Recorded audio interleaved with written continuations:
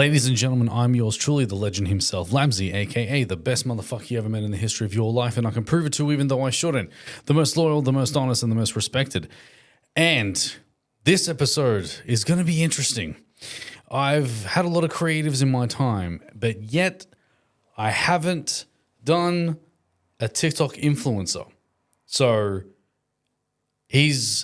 I've known this man since high school, man. Like we're going like what, 2004, 2005, probably over 20 years, easy. And goes around local businesses just to help them, just give reviews. You know what I mean? And he's helped so many people and helped so many businesses. And this man joins me now. You know him on TikTok as Julz. What's going on? How are you, sir? Good, man. How are you? Top of the moon, man. Thank you so much for popping through, man. Anything to help a brother out, man. Yeah, Anything bro. Yeah, man. I mean, we're not strangers, as I said, bro. Over 20 years, man. Man, I was surprised. Like, I didn't know you'd been doing this content game for this long, man. How long's it been? 7 years total. It's been a rough journey, to be honest, man. Like going from Instagram Live, doing interviews there, but building a lot of connections, not just from Australia, but also from the US as well. So I've built a lot of good connections and friendships over there, and we're blessed, man. We're blessed right now. But how you feeling, man? How's your mental health? Everything's good, bro. Like, I guess I kind of swept it away, bro. Like, there's no point lingering on it. It gets to the point where you kind of feel like the longer you hang on something, the longer that it's going to be there and be present in your life. It starts to consume you. It does. It does. It becomes a part of your personality. When you got the mates that go, I can't find a job, or I can't find this or that, then that's all that you're going to face. You're putting that into the universe, bro. Like, the more you put out positively, I feel like that's the more that you're going to get back. That's all I've been doing, bro. Just putting out positivity. Yeah, no, I love that, bro. Yeah. Now, before we get into, because I really want to go into you doing TikTok, would influencer be the word? Because I did mention influencer before, but I don't know. Some people have that mentality of, nah, I'm not an influencer, but then they'll be like, yeah, man, hell yeah. What would you classify yourself as? I'm not an influencer, bro. Okay. No, I wouldn't put that label on myself. I don't think I ever will. I'm too normal, bro. Like, I just don't have that type of personality about me to... I feel like that word influencer it gives off that personality trait of someone who thinks they're better than others and entitlement, and it's just not me, bro. I'm just like You're just a normal guy. We're just normal people, bro. Yeah, you're just a normal guy. It's just, I guess I embarrass myself on a daily basis with no shame. That's the only difference. Yeah. Do you think it sounds like a bit douchey? Yeah, absolutely. Like, I think if you're each to their own, some people do want that as a label, but I think if you're chasing that name as an influencer, then it's kind of like you're labeling something that isn't there. You know what I mean? Like, I don't know. It's just something that really, it's just, yeah. It just gives you the ick. It gives me the ick, bro. Yeah. I've never liked influencers. That's why my videos are the way they are. Yeah. Okay. So what got you into this? Like, what motivated this? What was the inspiration behind going on TikTok? It wasn't more so going on TikTok. I actually started on YouTube, but obviously the algorithms are different on every platform, and TikTok is the platform that gives you the most exposure quickly. So that's where I focused most of my energy at the start. Yeah. Okay. And so then how did you go from YouTube? Did you use Instagram as well? Now I do, yeah. Okay. But TikTok was then does that kind of take over a little bit? TikTok was the main platform that I used at the start. And yeah, it was just one of those things where I've always started businesses. I've always tried different things. And there was one night where I was sitting there after, going into seizures and all that type of stuff that I did 2 years ago. I was sitting there trying to figure out, like, I don't want to have the weight on my shoulders of a normal 9 to 5. And I've always tried to get out of that, but it's never worked. I tried crypto, I tried businesses and they all failed or, didn't go the way I wanted. That might have been because I didn't put enough energy and effort into it. But I realized that every time I was researching something, it was one thing every time. It was content. Right. And that's when I realized I can make content, but I was too scared. For a very long time, I was way too scared to post anything and just be myself. What was the fear though? What was it about the fear that kind of made you hesitant of posting and making content? Judgment is the hardest thing for most people. I think once you get over the fear that, people are going to think one way or another about you, people are going to do it anyway. Whether it's what you wear, what you drive, how you talk, people are going to judge what you look like. What you look like, yeah, exactly. Which is a major factor as well. Exactly. And so, because this is also a really good conversation as well. Because knowing with my show, right, I love to ask the question about how do you just build the courage to do it anyway when you know you're going to get judged for it. So how did you just build, well, the balls really to just be like, you know what, fuck this, I'm just going to do it. Like, when was that moment? That moment was probably when I posted that first video. After I got over that first video, it had no preparation. I think it was something to do with tattoos. Like I've got a lot of tattoos. I ran a business with tattoo aftercare, so I had a lot of experience with that type of field. So that's what I based the start of my content on. And running a business and all that type of stuff. That was how I started it. And then after that, I was just like, there's so much more I can talk about. I'm just too scared. I just pressed record and that was it. Yeah. And then nowadays, is it just kind of like second nature? We're just like, yep, beep, and then here we go. Because now that you're getting used to it, or do you still kind of have that miniature fear? I still get it. I still get it all the time. Yeah. Even to this day? Even to this day. Wow. Even yesterday. I was doing a review at a kebab shop and there was cars driving in and out and people looking at me and they're waving, and it's like you want to be professional and have that aura, but sometimes you just it doesn't come out. You kind of freeze. It's like stage fright. Yeah, no, I get that. I mean, I'm not going to lie. I'm going to be a bit open here. I get that as well, especially when I'm recording. Yeah. Knowing that I'm recording and I have that fear of like I'm trying to get the word, trying to push through, but I kind of like buffer a little bit, but I'm just like, nah, but I have to just push through because it's normal. You know that when you're getting recorded, you're doing something, you're trying to, and you have it planned right in here. And as soon as you say it out of your mouth, it's just, hang on, wait. Oh, man. It is hard. And it's like that's the same thing as making that first video. Everyone's trying to make it perfect. They want that perfect video. But you're not going to get perfectionism in that first video. It's trial and error, and you have to do the reps, like anything else, yeah? It just has to you have to keep going and going until you go, all right, I need to improve the way I speak. I say too much, or my voice isn't clear enough, or the picture quality is not good enough, and you improve slowly. Yeah.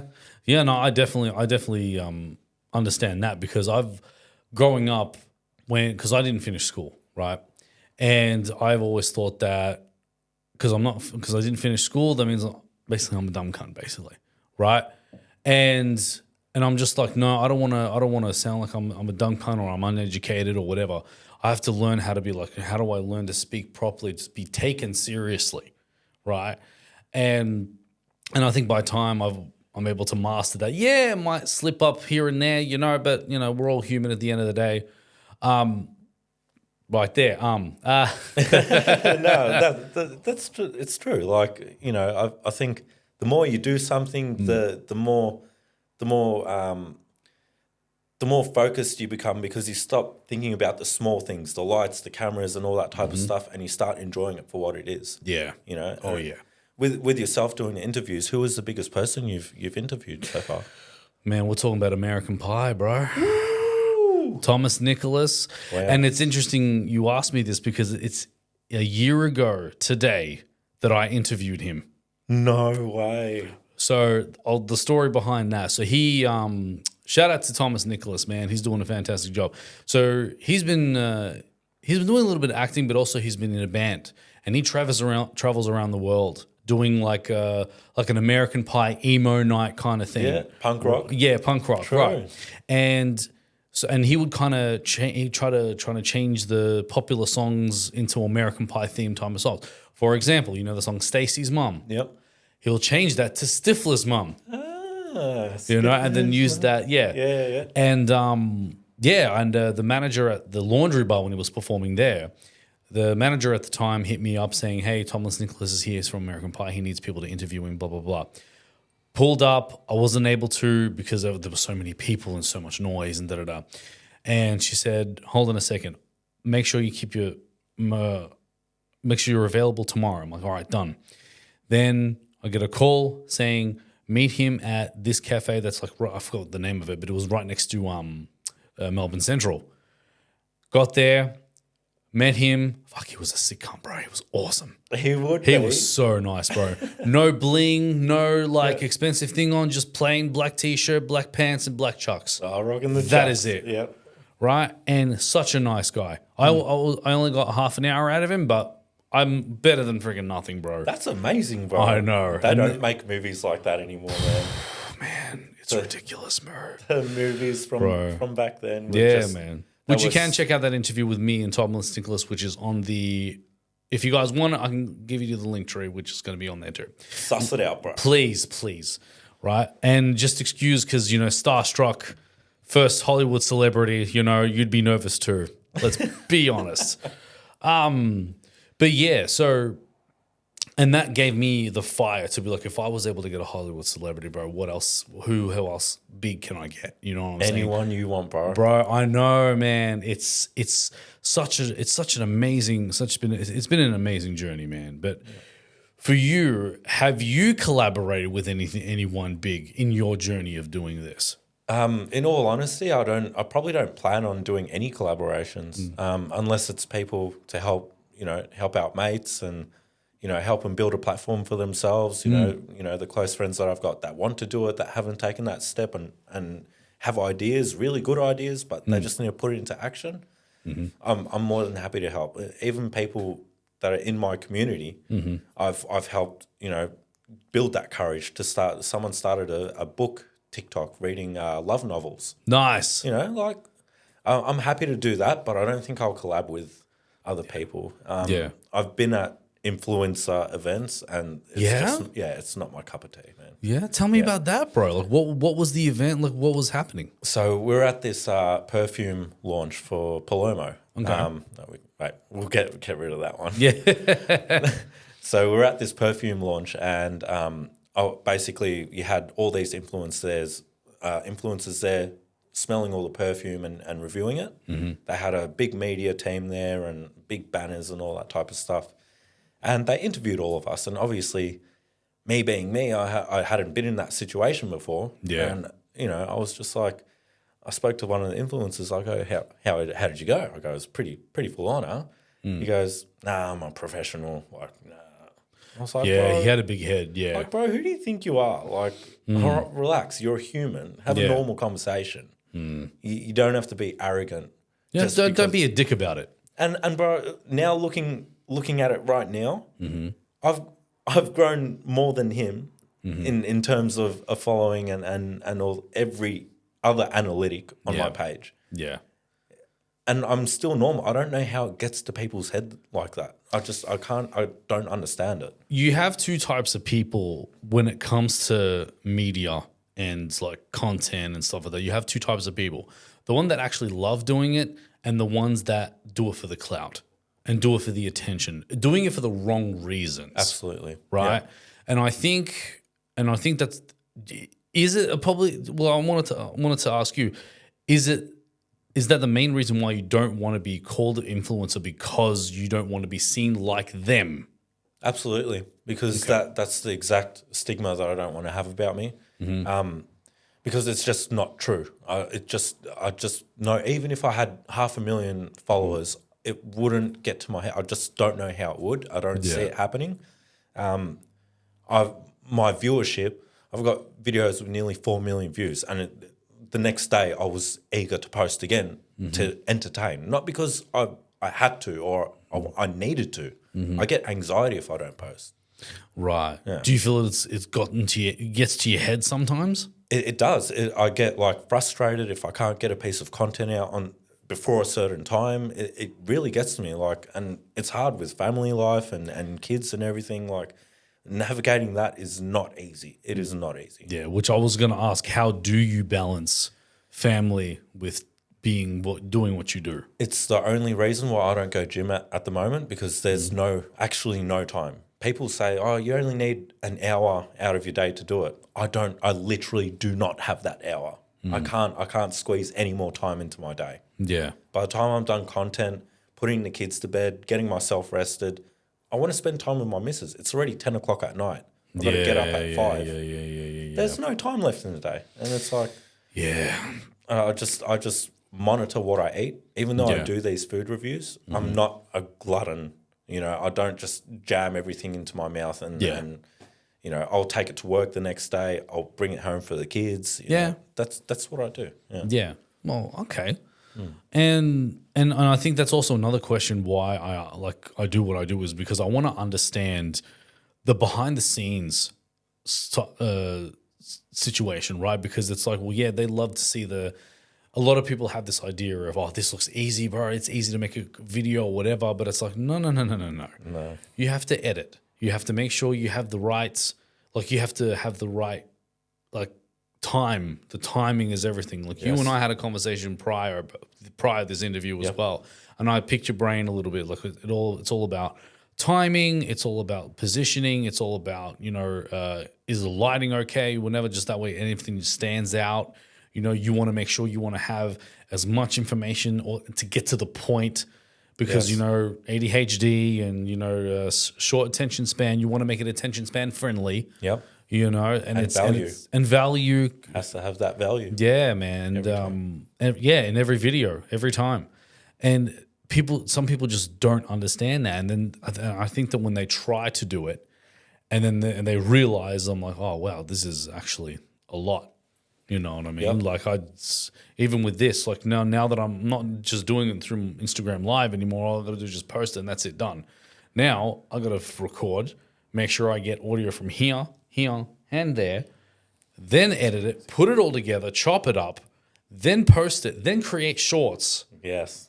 That's right? the hardest part. Bro. Look, don't get me wrong. It's fun. Like, I love it. I love this shit. Like, this is what I'm meant to do. Yeah. You know what I mean? But sometimes people don't understand the actual work behind it. It's crazy. Like, I doing the food reviews specifically, that's a 4-hour block easily. That's a 4-hour block from starting the shoot to posting. Wow. And then after you post, you got to keep up with the comments. You got to engage with your audience. You got to reply because you have to keep that algorithm going. It doesn't stop, bro. And it's like when I force myself to try to post before 7 o'clock. If I don't post before 7:30 latest, I count it for the day. I'll post it the next day at 5 o'clock. Wow. So the 7:30 is kind of like the max cap. That's my cap, because what you got to think about how the algorithm pushes. It pushes throughout the hour, right? So say, for example, 5 o'clock to 6 o'clock is the first dinner hour where everyone gets home from work, blah, blah, blah. And you have to think about how people live their day as well.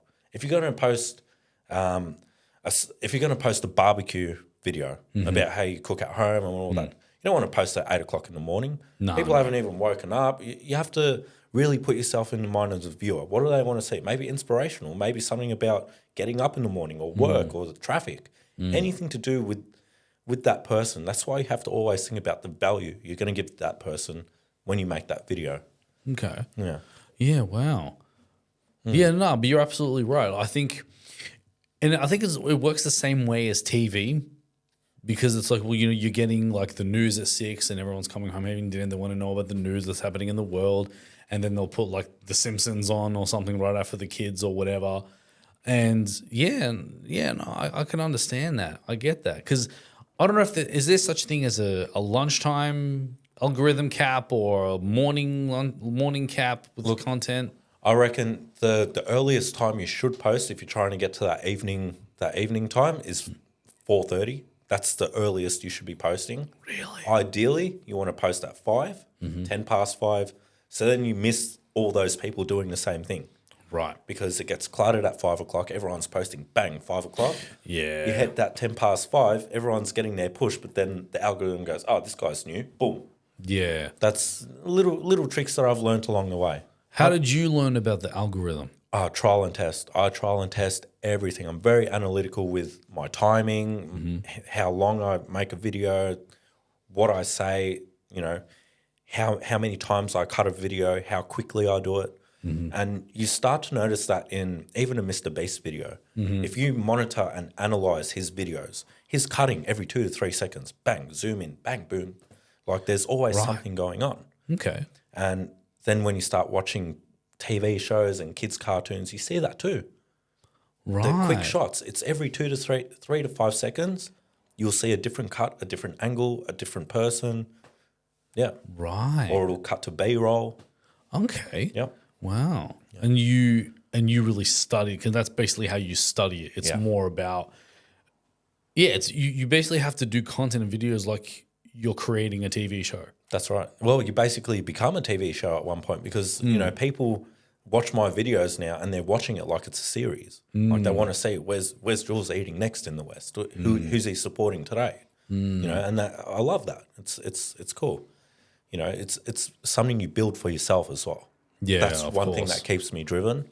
This is all built by me, and I didn't get any help doing it. I researched on my own. I built it on my own, and the more I put into it, the more I get back. Yeah, I'm never going to stop. Yeah, man. I'm never going to stop. So you really love this. You really are about this. It's a crazy turn because I didn't even change my profile picture for about 5 years. Oh wow! And then I went from not changing my profile picture to voicing my own opinion online and calling things out how I seen them. You know, it's a big change. But it all came from going into those seizures that I had the 2 years before that. Yeah, which I do want to get into a little bit later as well. Yeah. Okay, so talk to me about when people notice you. Yeah. When they, because bro, you don't have like 500 followers. You got more. How many? Do you know how many followers you have on top of your head? We're at over 20,000 collectively. There you go, bro. Yeah. You know what I mean? So that's that kind of like, hey, I saw you on TikTok kind of fame right now. Yeah. How does that make you feel knowing that people are recognizing you and acknowledge what you're doing and actually are thankful for what you do, especially if it's a business owner? Man, even today I was walking down the street and I walked past a pizza joint I reviewed and it was Cafe Elevato. He gave me a bottle of wine, bro. He ran out and was like, I need to give you this. I'm like, I can't take that, bro. I'm like, it's nothing. It's not about me. It's about you. Yeah. He goes, no, please. He goes, you don't know what you've done for our business. Like you've boosted it. Wow. I'm like, that's crazy. It's like so many people have come here and said they came from your video. I'm like, wow, man. Like it's crazy that just a video, like even though it's 4 hours out of my day, that could make or break a business. That's true. Which is why I also try to be a little bit careful and gentle when I do give a critique. Yeah. I don't want to ruin someone's business, but I hope when I do give a bad critique that they take it as constructive criticism and go, all right, maybe our bread's a little bit on the downside. Let's change it up. Let's make it better for the customer before no one comes back. Yeah, okay, interesting. That's how I think of it. What would you do? Because I know you mainly focus on local businesses, right? Yep. And would you ever do like corporate businesses just to sort of, take yourself to the next level? Or would you want to stay in your own little bubble? I like the bubble that I'm in at the moment because overall, at the end of all of this, the main thing that I want to be able to do is to help people. That's all I want to do. And building this platform is already doing that. It's just going to grow and grow because the trajectory that I'm going on at the moment, it's well surpassing what I should be getting in terms of views for my platform right now. Yeah. It's way above. Okay. And that's why I always concentrate on the person that I'm delivering to. Every single time I make a video, every time I make some sort of piece of content, I know who I'm giving that to. I know what emotion that person wants to hear with what I'm saying. Right. Okay. Is it just food that you do, or is there other areas? Well, I started with the tattoo stuff. Then I went through the barbershop reviews. I started doing that. That was when I first started recording public. Right. And even though I had a small following, I think I was under 5,000 at that point. But there was still, every time I walked past the barbershop, they would be like, "Are you doing a review?" Like, it was already at that point. Wow. Yeah, but it was only barbers that and people who were interested in finding a barbershop, they all started noticing. Right. And that's when I started moving towards, the rants and kind of engagement farming, which isn't something that I feel like I shouldn't have gone down that route, but without doing it, you never know what path it's going to take you down. Yeah, and you don't know what opportunities that can come out of that as well. That's right, and in all honesty, it did go in the opposite direction that I wanted it. I pissed off the wrong people, but it's all a part of it, yeah? Yeah. It is what it is. That's how I felt. But talk to me about if has anyone ever taken advantage of you when it comes to you doing reviews? I think a lot, yeah. I think it happens a lot. I get a lot of DMs every day of people saying like, "Oh, come here," because they know I'm going to get them views and engagement. Right. And then they just think of me as like this free tool, which that's not what I'm trying to do. What I'm trying to do is I'm going to places that my community suggests and that I think of myself, that from back in the day or from family or friends, and that's where I go. I don't go by, this person is this person's offering me this and this person wants me here. No, I go where I want and I review where I want and I review where my followers want me to go. Right. So they basically just hit you up and say, "Hey, Julz, why don't you give this a try?" And has anyone ever come to you, kind of not begging per se, but just they would come to you and saying, "Hey, Julz, my business is in trouble. Can you give me a help here with revenue? Not revenue, sorry. Try to help me out with like more customers and foot traffic and stuff like that." Are you open for that? Yeah, I'm open to helping out businesses, but I mean, with businesses that already have, so when there's a business that is starting up, I feel like you don't need me there to do that. You already got the red banners and the ribbons and stuff, and you're already making this big explosion about your business. You don't need me there. Whereas if it's an old business, say it's been there for 20 years and everyone's forgotten about it, it's an old rundown shack, just needs some love. Of course I'm going to go there. Of course I'm going to check it out. But don't be surprised if I turn around and say, "Look, there's a reason why no one's coming here." That's the other thing, because I won't lie in my review either. That's one thing. Two things that I hold myself I hold two things very close to me, and that's one, being honest about my reviews, and the other thing is not taking things from people to lie, because I feel like once I do take money for things, that's when all my credibility is going to disappear. Yeah, of course. No, I definitely can see that, because say if Macca's hits you up and they want you to review the McRib or something. Right? I've already done Hungry Jack's. Yeah. Okay. So this was before I was doing all the really full-on reviews that I'm doing now. Right. Basically, my whole page is reviews at the moment. Okay. But before that, it was a mixture. People getting used to my personality and understanding what I dislike and don't like, all that type of stuff. And then, Hungry Jack's slid into my DMs and they wanted me to review the Krispy Kreme collab. Nice. So, I done that, and that was cool. Like the bigger brands, okay, I'm happy to do it.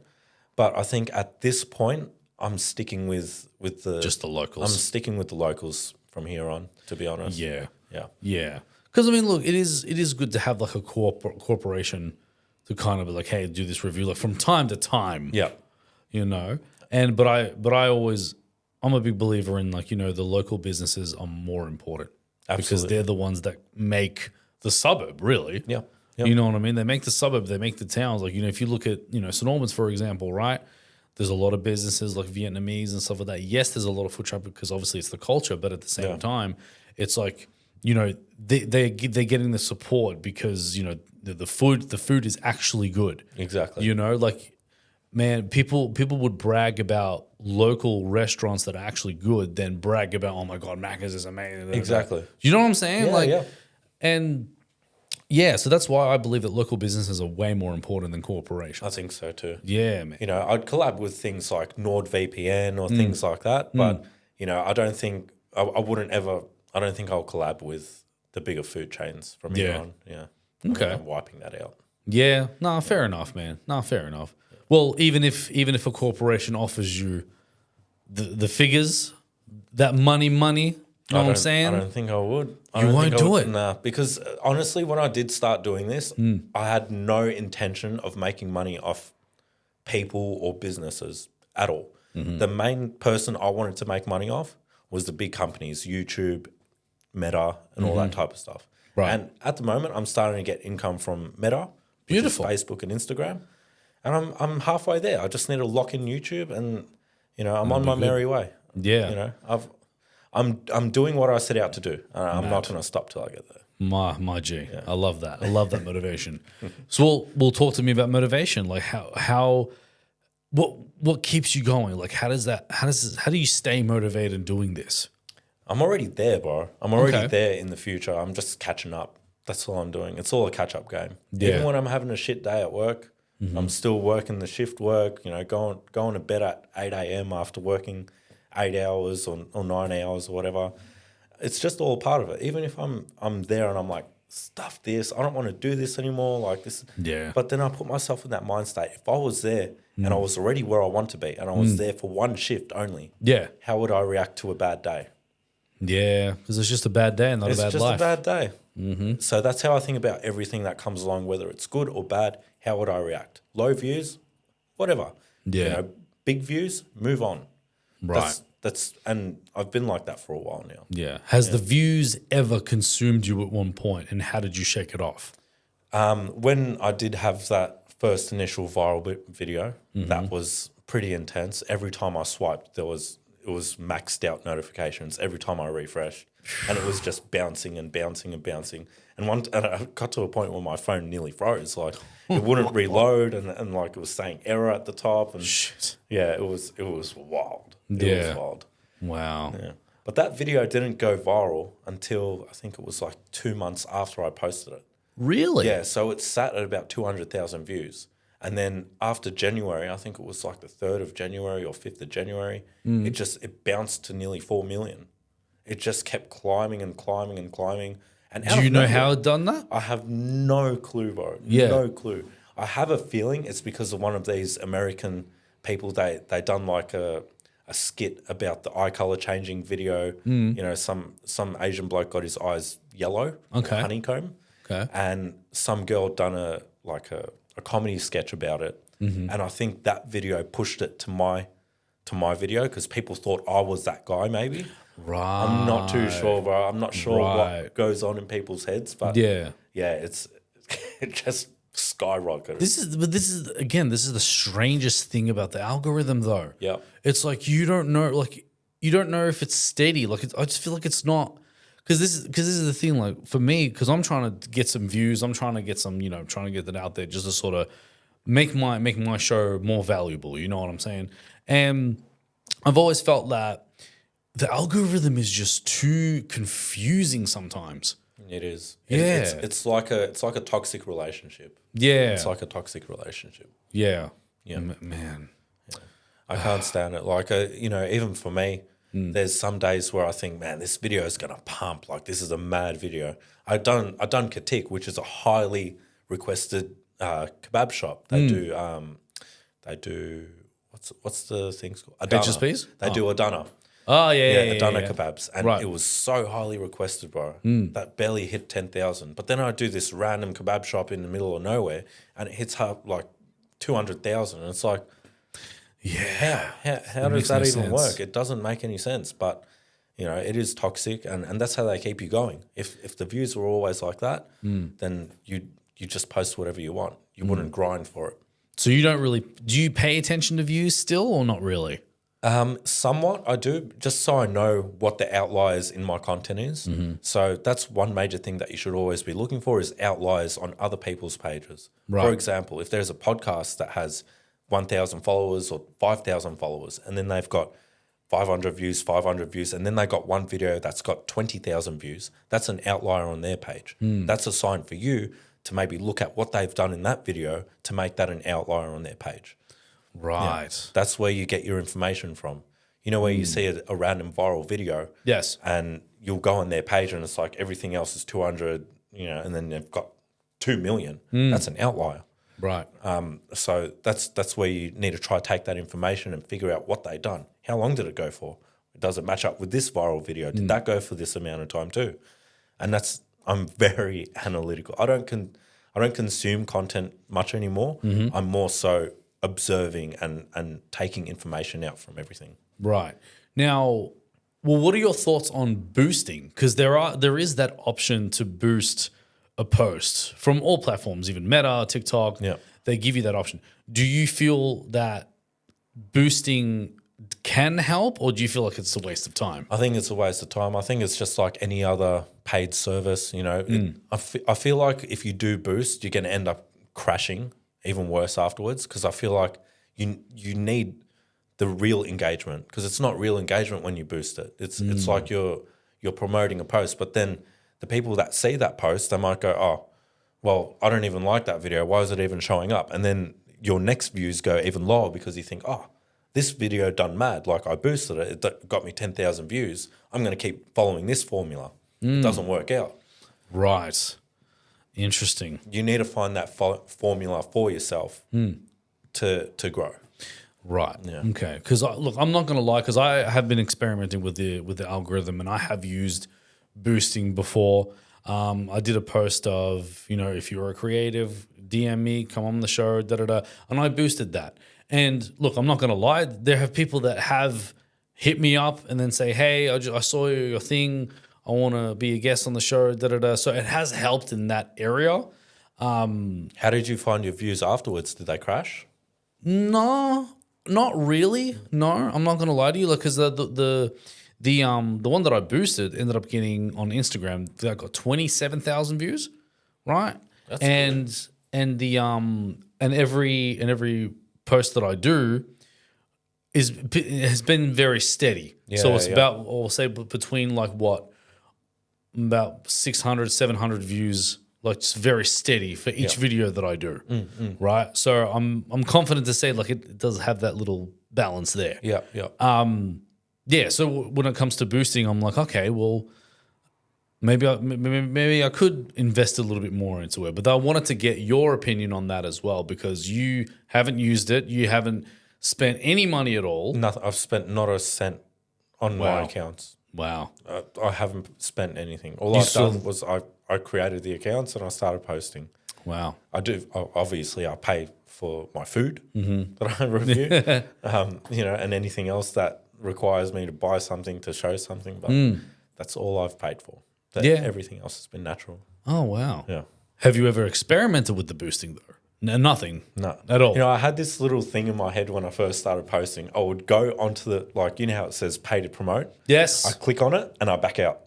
I don't know. I had all these little things that I used to do. So I used to like my video first and save it. Now I don't do anything to it. I just let it do its thing. But I had all these little conspiracy theories that I thought, if I do this and this, it's going to make it do this and this.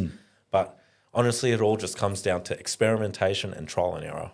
Right. That's the only thing. Okay. And everyone's got their little thing that's going to make them blow up. It's just most people don't want to jump out of that comfort zone to try something different that they might not have thought, I didn't know I could do this, but people enjoy it, so I'm going to do it. Like yourself, I remember back in the day, you used to do impersonations. I still do them. I haven't done them in a long time, but I still do them, yeah. What's your best impersonation? Oh, I've got my Family Guy ones. Well, so I've got, this is Real Talk with Labzy. This is the Stewie from Family Guy. And so Julz, is it? I think it's Julz. I think is it short for jewelry? I don't see any jewelry on. There's a watch there. I guess there's a watch there, and also there's a bracelet, a golden bracelet. That's wild, bro. That's insane. See, that's a talent that Yeah. not many people have. So, I mean, like, that's something that you haven't thought about as, oh, maybe people want to see that. Here's the thing though, because I'm gonna keep it real with you. Because growing up, being in high school and using my impressions to get people to like me and shit and trying to make friends, I've stepped away from it for a long time because I didn't want that to be a part of who I am. I didn't want people to think that's just who I am. Yeah, If that makes sense, right? course. I'm my own person. I've got my own personality. I just don't want to be clowned. Yeah, yeah. You know what I mean? I don't want to be people's clown. Yes, I understand what you mean. Yeah, and So- it's a hard thing to balance as well. But I think when you say that, what I just heard was comedy. Right. It wasn't you clowning around. That was comedy. Yeah. You know what I mean? That's Yeah. talent. And I think that it does go back to like I'm thinking about high school. I know I should let go of high school because we're not there anymore and shit. But I still think, you know, people are just going to see me as that. Yeah. You know? Yeah. So, for example, you see a lot of comedians on TikTok or whatever, you know, and outside of that, maybe sometimes comedians don't want a comedian. Yeah, yeah, yeah. You know, and then as soon as they see a fan, it's like, oh, hey, you're that funny guy. Da, da, da, da. That's sometimes how I feel. Like I don't want to. Like if I'm in the moment, yeah, sure. Yeah. And when I'm mingling with my friends and Like shit, this. Yeah, like yeah, this, yeah, bro, yeah, that's yeah. fine. Yeah. You know, I'll put a little Peter in there, like, hey, how you going there, Julz? Where are you going? Yeah, there you go. Yeah, I see you getting the views and eating them kebabs. What the fuck? That's mad. That's so good, bro. Yeah, bro. I love that. But yeah, I mean, look, I thought about this. It's actually interesting we're talking about this because there were moments where I would like swipe through and I would see people like do like voices or something like that. And I'm thinking to myself, oh my God, if I did this, so I would overpower all of you. Yeah. Oh, all of you, man. Like seriously, man. Like, No, I don't know. Maybe in the future. Who knows? I think you should put some sort of content in there because Yeah? that's gold. That is gold. I love that. Yeah, well, look, I remember I did a like an impersonation video on YouTube, which I got almost 2,000 views for. So That's good. yeah, and yeah, I've been saying that I'm due to do another one, but I never did it, and I'll do another one eventually. I don't know. I've got my soundboard thing here, so that's going to be good. So we'll figure that out. Love that. But yeah, bro. So do you enjoy what you do? I do. I love it. I love entertaining people. I love, Yeah. you know, giving them some sort of emotion, whether it's a thought or, you know, whether it's laughing or anything. I just love entertaining people. Yeah. I love it. Do you ever take a break though? No. No. No, my mind is running 24/7 on what I should post. After I post, I'm thinking, what am I going to post tomorrow if I Yeah. haven't already planned that out? Do you write ideas down? I do, yeah. Yeah. I swear, right now I've probably got about 200 ideas and I only like one of them. You know, that's just how it is. You know, it's Yeah. narrowing it down to what you really want. Okay. Yeah, Yeah, no, I love that, bro. No, I love that, bro. Well, all the success for that, man. Because I know you're doing a fantastic job, bro. I'm seeing you, bro. You're eating some mad food, bro. yeah. Bro. We're getting Man. out there. We're getting out. Hell yeah, bro. Now, I want to reminisce a little bit. Yeah. I want to reminisce, bro. Because as I said, we've known each other for over 2 decades, man. What a time to be alive in 2005, bro. The style. The style, the muzzer days. If my American audiences don't know what that is, please research it and don't judge me because I hate mullets, but I can't say that I never had one because I did have one, but it was the era we were all trying to fit in and trying to be cool. Was yours blonde? No. Mine was all types of colors. Bro, I said this a million times. I'm gonna say it again on this show. I don't understand how the hell you still have all your hair. I don't know, bro. When during the muzzer days you used to wax your hair and put hairspray in it to a point where it would literally bro, even a porcupine, like, bro, that's sharp, bro. It was crazy. And It was you know what? crazy. I was thinking about this today, all right? So I was like, all right, when I was in those stages, my hair was the first thing you would notice, right? Yes. Now, growing up, my dad never done my hair. Okay. Isn't that weird? All right, Yes. so think about it. The first Yeah. sign of rebelling for me was my hair. My dad never touched my hair. He never changed my nappy. I was just talking about that before. Because I change my kids' nappies. I don't care. I fix their hair every day for school. Yeah. I'm hands-on. Yeah. My dad wasn't so much. He's a good person. Yeah. But he wasn't that type of parent, you know? Right. And yeah, I was just thinking about it before. Like, why was the first sign of my rebelling my hair? It was it was the style back then, bro. Isn't it so weird? And I think, but you know what? We would also, every time when we see someone with the muzzer hair, we would look at the hair first. Yeah, that's We true. don't care about the person, Remember Ziz? bro. Oh, wow. I've been, bro, actually, there's still some videos about Ziz, bro. Yeah, yeah. There's new ones coming out. How? There's like a compilation of him. Oh, Yeah, man.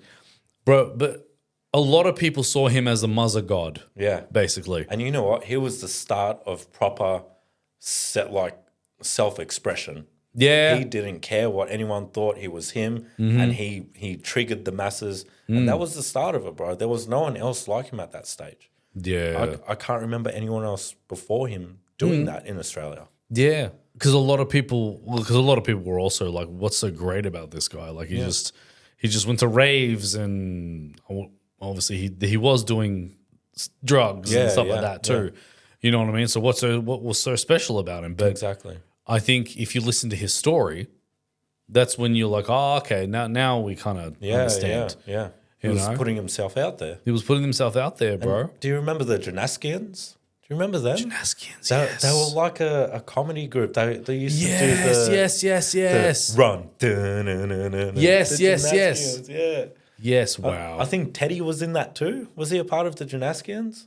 Teddy, I think he was in his early days. I could be and wrong. then he Let us disappeared. know in the comments if Teddy was a part of that. Teddy, let us know. bro. But yeah, oh man, just so much. It was a different era. Oh man. Even listening to hardstyle,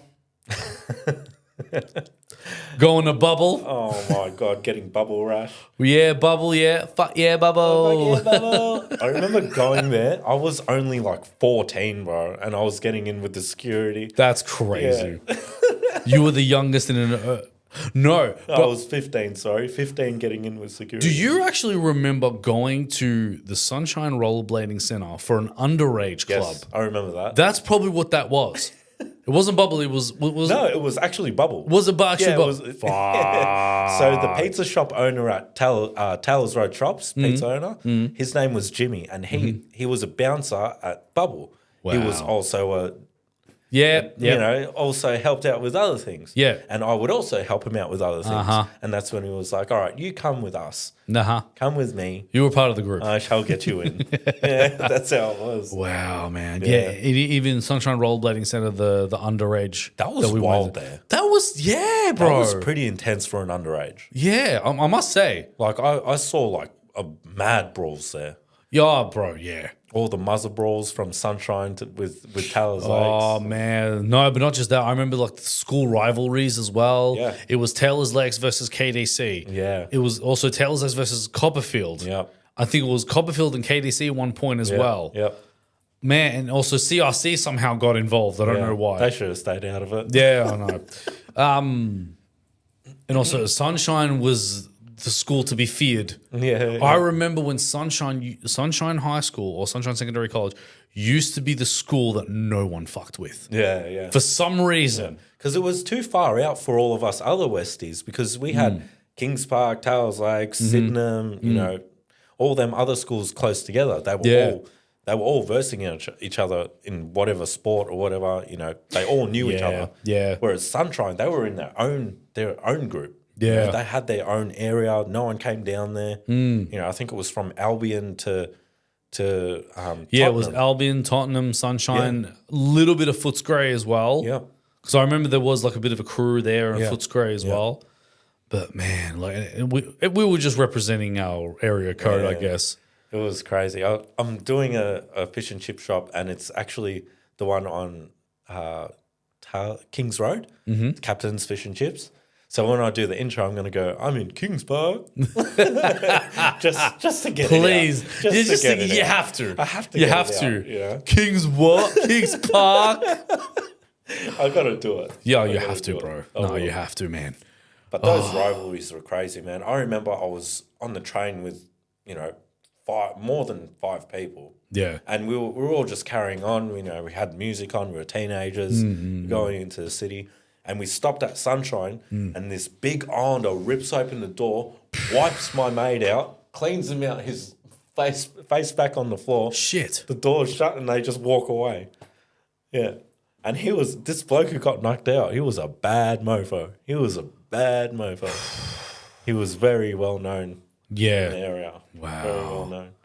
Which I do want to bring up, like youth crime. Yeah. The youth crime that's happening right now, right? When I look at the youth crime and I think about what we used to do you think there's a difference between what we used to get up to and the youth crime that it is now? No, I think the youth crime now is just more publicised.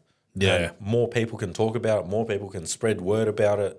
Whereas, if someone was to go get stabbed on Errington Oval, no one was there to spread the word about it except the schoolmates and all the kids. Yeah. Whereas now, if someone was to get stabbed in the middle of the street, Everyone's going to know about it. Everyone knows about it. TikTok is going to blow up about it. 9 News has a TikTok. 10 News has a TikTok. And I think that's one thing that they need to get rid of. They need to take these news TikToks away from social media. It's not the place for it. Yeah. Social media is a place for people to doom scroll if they want, or look at families and friends and all that type of stuff. No one wants the people who want to watch the news. They've got a TV. You got a TV. Yeah, you can go on the 9 News website. Yeah, that's it. Why does social media have to have that on there? Yeah, because knowing them, they have to be around everywhere as possible. To get the news out. Yeah. Well, news. But yeah, so no, you're absolutely right. And I think also social media plays a role in exposing a lot that's happening in the world too, because you and I, we grow up in an era where we were the last generation to play outside before the lights came on, right? And before technology really started to take over, it was really new. Yeah. Right? Even the early 2000s was basically the 90s 2.0, right? Until about 2010, that's when things started to really skyrocket slowly.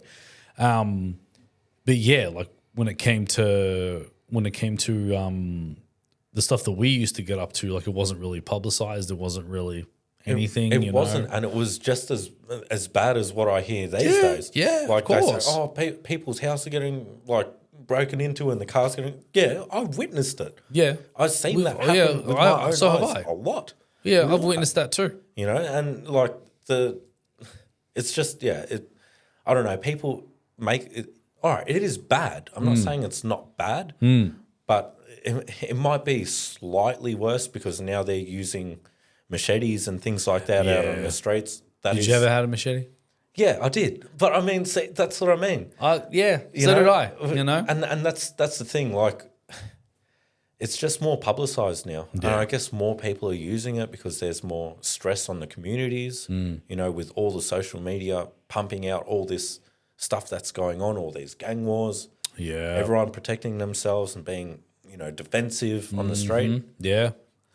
Yeah, and I also believe that there are some kind of gangs that are trying to get clout for that as well. Yeah. They're trying to do it just for the attention too. Yeah. Even at least back in the day when we did it, I'm saying that I was in it or Julz was in it, but I'm saying when our era was in it, we were just kids. Well, that's right. Trying to be tough, trying to be gangsters. We look at NWA, we look at the Tupac and Biggie with the gangs in there, and we try to be cool like them because we wanted the freedom. And music does play a big part in it. When I was growing up, all I was listening to was death row. That's what I grew up listening to that when I was 12 to 15. That's all I listened to. Yeah. Old school Snoop and death row. Yeah. And it's it kind of plays, murder was the case that they gave me, all that type of music. It's that all starts to form you into a person that you might not have been born into, or you might not have been raised like that. Yeah. But it's something that starts to get absorbed into your mind. Yeah. And you look at the kids these days, there's a lot of those postcode wars. Yes. With the 1-4 and all that type of stuff. That all plays a part as well. Postcode postcode wars did happen back in our day. Absolutely. A hell of a lot. Bro, you couldn't even have a house party properly. No, you'd get run through. Exactly. And it's tough titties if it happens at exactly. your party and you're not even involved. Yeah, I know. You know, it happens, it happens. That's it. But now it's just, it's very based on postcode wars, everyone defending themselves everywhere they go. Back when we were teenagers, you would go to a house party and you'd be protected. You'd protect yourself and make sure you're all right. Yep. You go with the boys, this and that. Yeah. But now it's when you're on the street and you're on your own, you got to be careful. Yeah. It was the same back then for us, but I guess you didn't have to worry about getting hacked up, because it's made so publicised. Yeah. There's a lot of fear for these kids. Yeah, that's true. Yeah. But The house parties were crazy, but they were. I don't think they do it like how we did. No, hell no. No way. Hell no. There is Everyone's too no awkward way. now. Oh my god. Everyone's too awkward now to have a house They're party, stuck bro. on their phone. Yeah, I know. Yeah, imagine a house party now. Everyone just like on TikTok or making a video. It's like, bro. Nah, bro. All we had the food. We were engaging with people, dancing with the DJ. You know what I'm saying? How quick did you catch word of those parties, bro? As soon as it came out, bang! There's like 200 people. Yeah. It was crazy, bro. Ridiculous. I remember crashing some parties and it was like a private family party. Like, how do you crash a private family party? Like people would find out that there's a party, like someone's having a birthday party, and you'd think it's like, a big party, lights and DJ, and you rock up and it's like the backyard's open, but then it's like the family's sitting down eating the barbecue. And it's like, what's happening? Are we? Is there something going down? What's going on? Are we too early? Are we? And then you leave the party, you get called back. Hey, bro, there's a party at this. I was just there, bro. You go back and there's 200 people there, and the birthday girl's fucking wasted with the top half off. It's like, wow, it's crazy, bro. What a time to be alive. Back in the mid 2000s to late 2000s. The best parties, the best. Nah, man. I think even the era before us could not beat it. Nah. Could not beat it. Dear God, no. Dear God, no. But yeah, bro. I think that's it, bro. I think that's it. I've got nothing else. Is there anything you got coming up soon that you want to share, or you want to keep it, or people just need to watch your TikTok to stay tuned? We're just on the grind, bro. That's all we're doing. We're just grinding out, building that community, and helping out people where we can. And, hopefully one day I can somehow help with youth work. Yeah. But, that's all part of it. We'll get there one day. Yeah, fuck yeah, bro. Yeah. No, I love what you do, bro. And Appreciate I want to say, I want to say this too, man. Like, how I define a successful person is that you're doing what you love doing. You're getting results, whether it's minor or major, and you're not giving up. You're still grinding. You're still hustling. That's a successful person, bro. So, Julz, you are a successful person, my friend. Thank you, brother. Same as you. My G. I appreciate your time. Appreciate you, bro. Thank you again for taking the time, man. I know you on the grind like crazy. So, yeah, bro, I appreciate you, bro, for real. Yeah. And I want to say thank you for the people that have joined in today. Please go follow Julz and the local businesses that he reviews. Hey, you might find your new spot. Who knows? That's it. You know what I mean? And make sure you go comment, like, and subscribe. Also, subscribe to the Podcast Cartel. And if you haven't seen the new addition to the podcast family, The Gray Area with Michael and myself, please go check that out. And there's going to be more coming. So, Julz, anything else before we go, brother? That's all. West Side. West Side.